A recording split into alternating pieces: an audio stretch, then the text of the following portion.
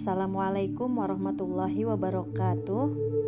Hai anak-anak, bertemu lagi dengan saya Ibu Tuti Yuliati dalam pelajaran Pendidikan Pancasila dan Kewarganegaraan. Apa kabar semuanya hari ini? Semoga kalian semua dalam keadaan sehat walafiat dan tetap semangat.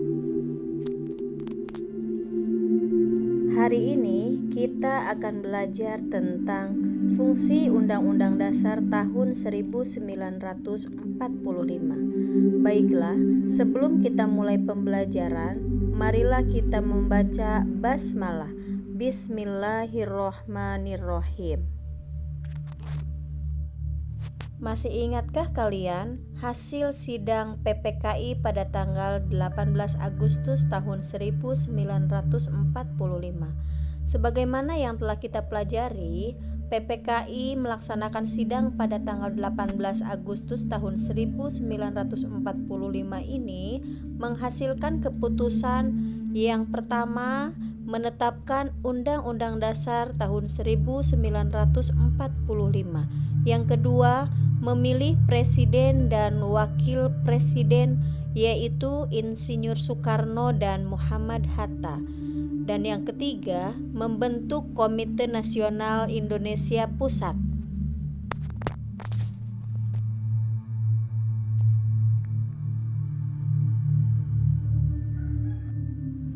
Salah satu keputusan sidang PPKI adalah mengesahkan Undang-Undang Dasar tahun 1945. Lalu, apa yang dimaksud Undang-Undang Dasar tahun 1945? Para ahli menyebut Undang-Undang Dasar dengan istilah konstitusi. Konstitusi berasal dari bahasa Inggris constitution atau bahasa Belandanya constitut yang artinya undang-undang dasar atau hukum dasar.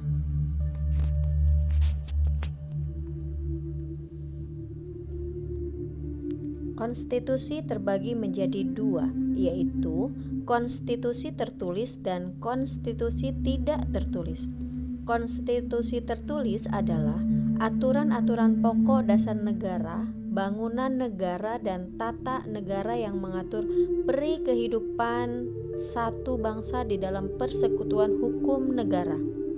Sedangkan konstitusi tidak tertulis disebut juga konvensi, yaitu kebiasaan ketatanegaraan yang sering timbul dalam sebuah negara.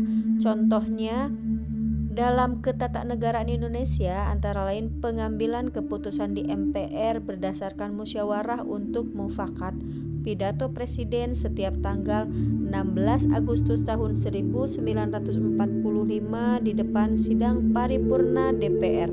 Dan sebelum MPR bersidang, Presiden telah menyiapkan rancangan bahan-bahan untuk sidang umum MPR yang akan datang.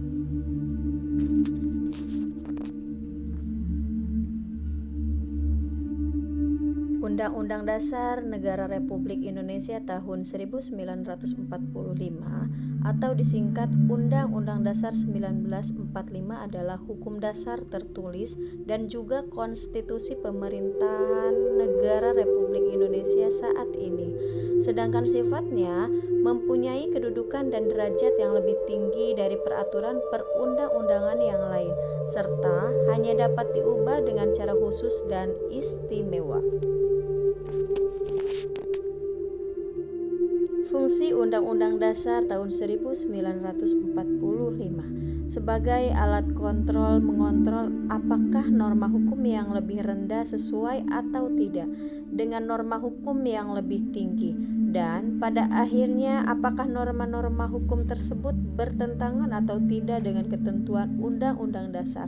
Selain itu, Undang-Undang Dasar 1945 juga memiliki fungsi sebagai pedoman atau acuan dalam penyelenggaraan kehidupan berbangsa dan bernegara.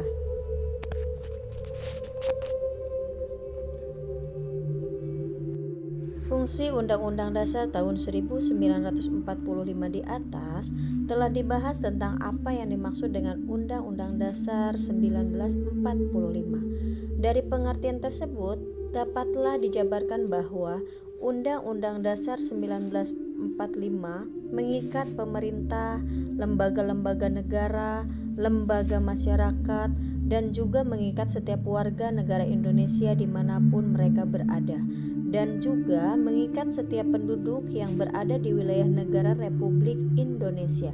Sebagai hukum dasar, Undang-Undang Dasar 1945 ini berisi norma-norma dan aturan-aturan yang harus ditaati dan dilaksanakan oleh semua komponen tersebut di atas.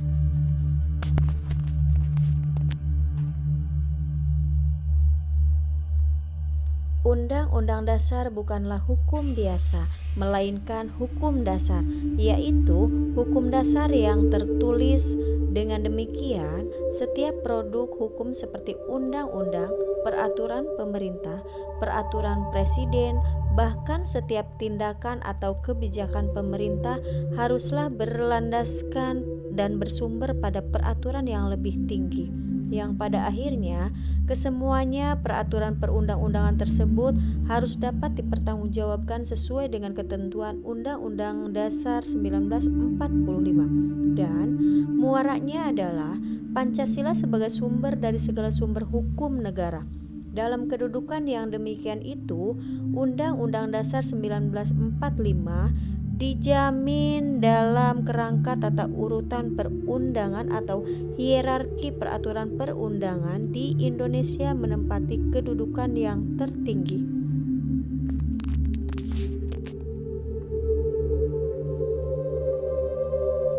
Dalam hubungan ini, Undang-Undang Dasar 1945 juga mempunyai fungsi sebagai alat kontrol dalam pengertian Undang-Undang Dasar 1945 mengontrol apakah norma hukum yang lebih rendah sesuai atau tidak dengan norma hukum yang lebih tinggi, dan pada akhirnya apakah norma-norma hukum tersebut bertentangan atau tidak dengan ketentuan Undang-Undang Dasar 1945. Selain itu, Undang-Undang Dasar 1945 juga memiliki fungsi sebagai pedoman atau acuan dalam penyelenggaraan kehidupan berbangsa dan bernegara.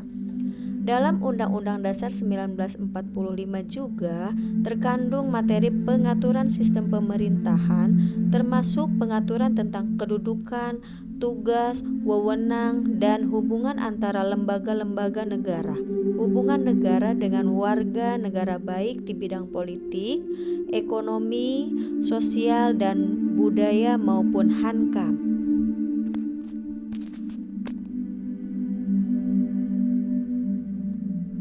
Semoga materi yang dibahas tadi bermanfaat untuk kalian semua. Mohon maaf atas segala kekurangan.